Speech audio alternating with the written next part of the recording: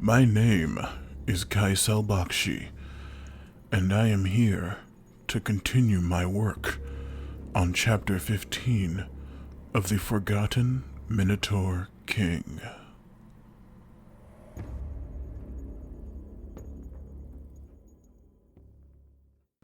When I last left off my writing, the mayor and former apprentice of the Minotaur King, Kind Kycell, had just apprehended the orc that my bodyguard dismembered many months ago. The orc told us he had been sent to find more workers for the castle remodeling and was warned to avoid the Minotaur mayor. We left him in the care of my bodyguard, the fearless gunslinging mouseling Tristafe Myrink, and my astute and duteous stenographical transcriber, the half-dwarf Ahani Rao, and in the catacombs of the Vigabane skeletons Kind controlled. Upon returning to town, we found the inn we had been residing in for the last few days was reduced to shambles, and the inn owner had been beaten to within an inch of his life. The only words he was able to muster before falling into unconsciousness was that he had given the culprits the location of Kind's mayoral home.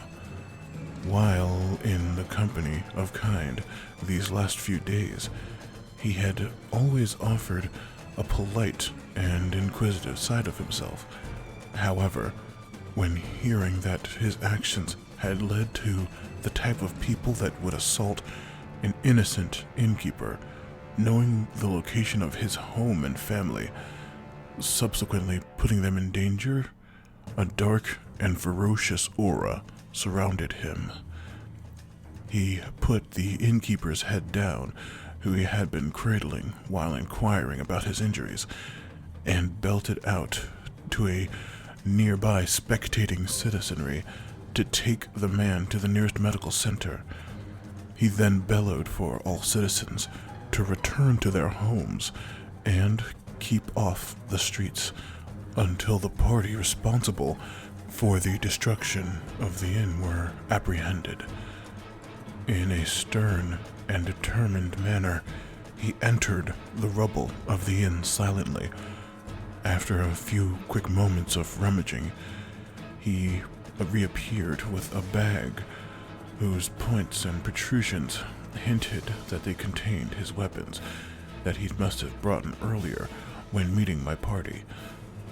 He then offered a sullen look that I took to mean "don't follow me," and he headed off in the direction of his home. I holstered my sack of magic scrolls I've been studying for the past few days, and buried my notes on Krunturg the Minotaur King's journey for now, and followed Kind at a considerable distance.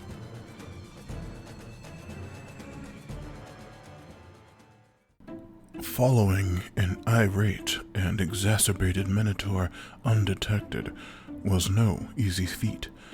However, the retreating sounds of citizens heeding his words to return to their home as he trekked on through the city did help, just following the sounds of slamming doors and drawing blinds.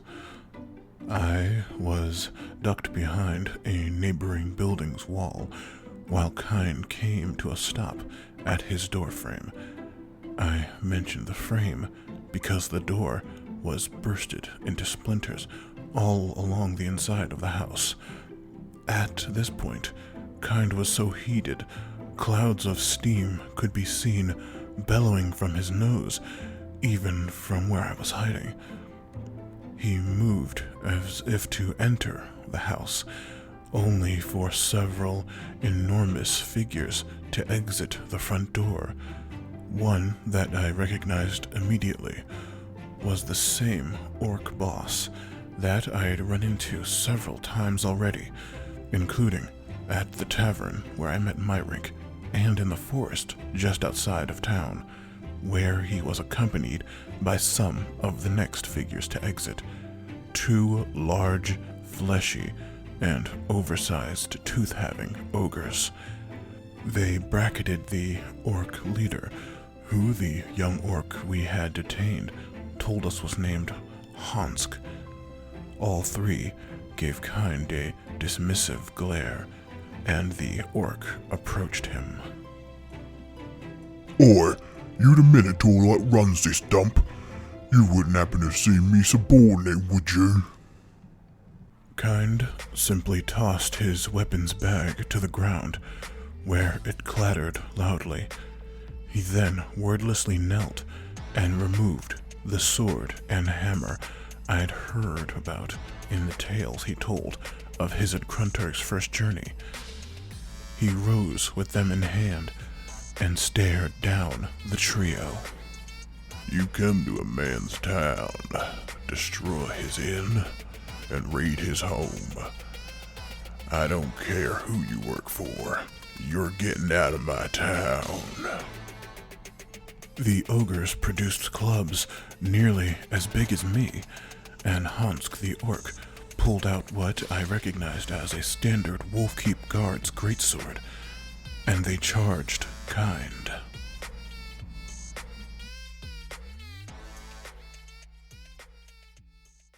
Loud, clattering blows rained down on Kind from every angle at once, but he deftly blocked every last one.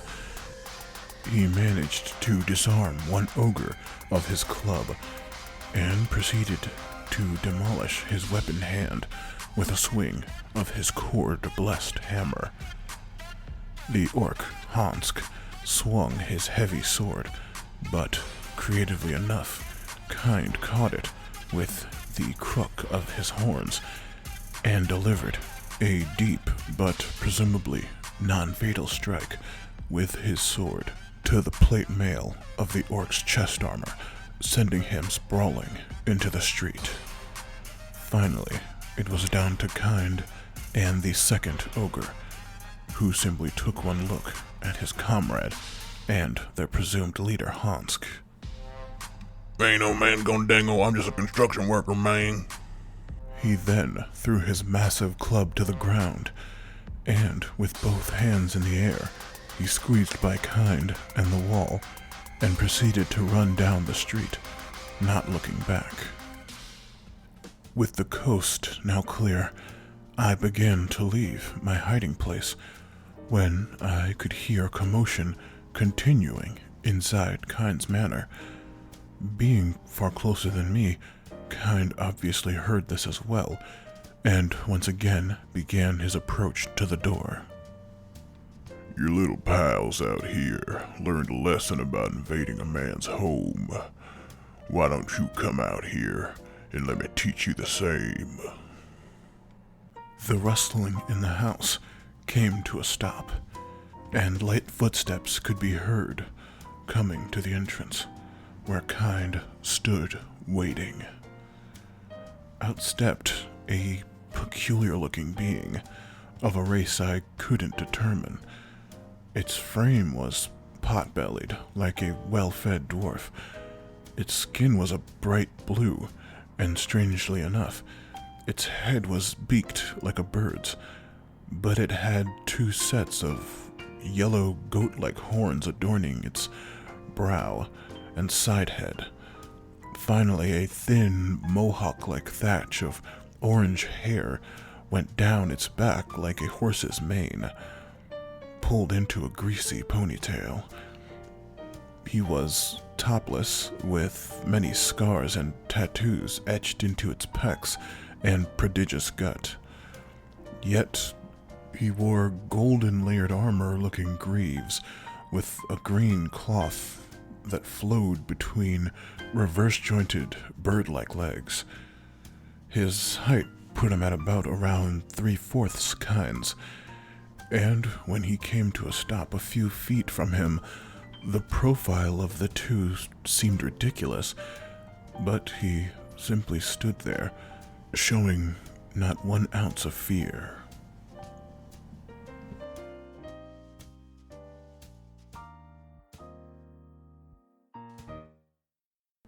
Kind hefted his weapons and prepared for possible trouble with this strange creature.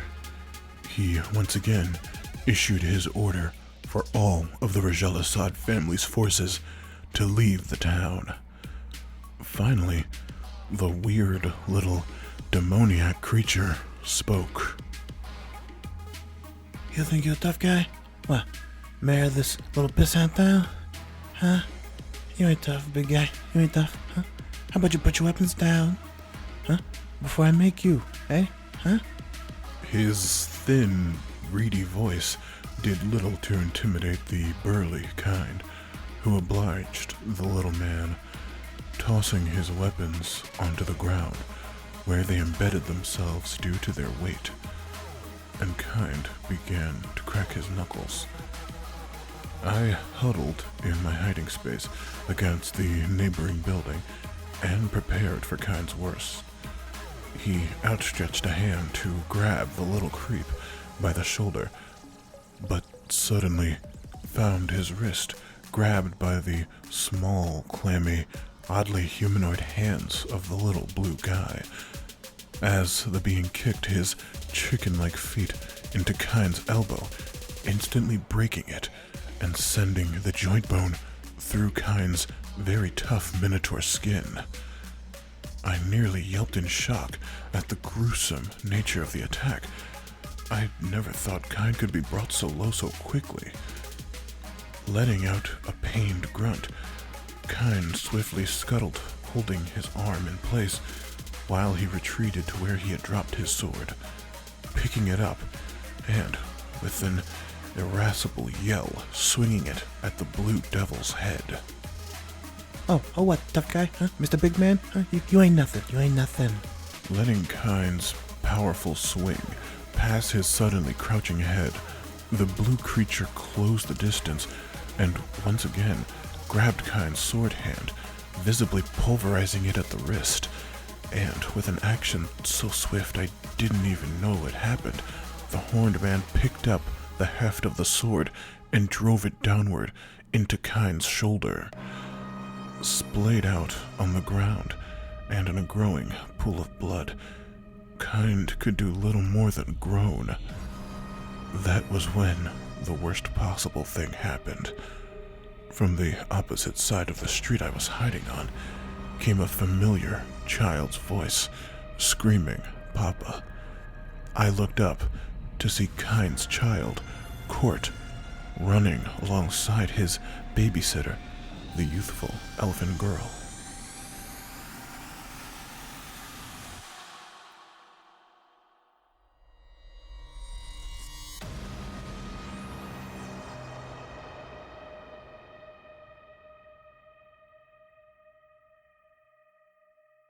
Oh, hey, look at this little fellow, huh? Look at this little guy, huh? Yeah, okay.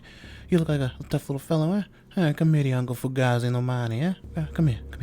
The creature, Fugazi, intercepted the pair as they ran to Kind, sweeping up the baby from the ground and placing him on his shoulder, then proceeding to playfully spin the baby around, much to Court's delight and the young girl's horror. This must have sent a jolt of anger so powerful through Kind that all of his injuries were forgotten. Letting out a bestial roar that reduced the previously smiling Court to tears, he wrenched his own sword out of his shoulder using only his teeth and began to run for Fugazi. Calmly putting the crying Court into the confused and terrified babysitter's hands, Fugazi turned to the charging Kind that seemed full of enough raw power to derail a speeding train and simply kneed the wrathful Minotaur directly in the jaw, sending multiple teeth flying from his head. He then grabbed Kind's left horn, which had proved to be sturdy enough to catch a swing from an orc, and wrenched it from his very brow, leading to a geyser of blood drenching the Minotaur's face.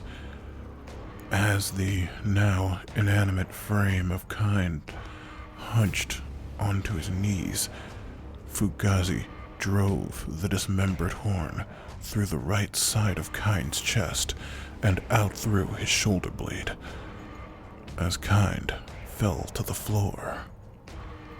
The elven girl let out a scream, hiding baby Court's face from the violence.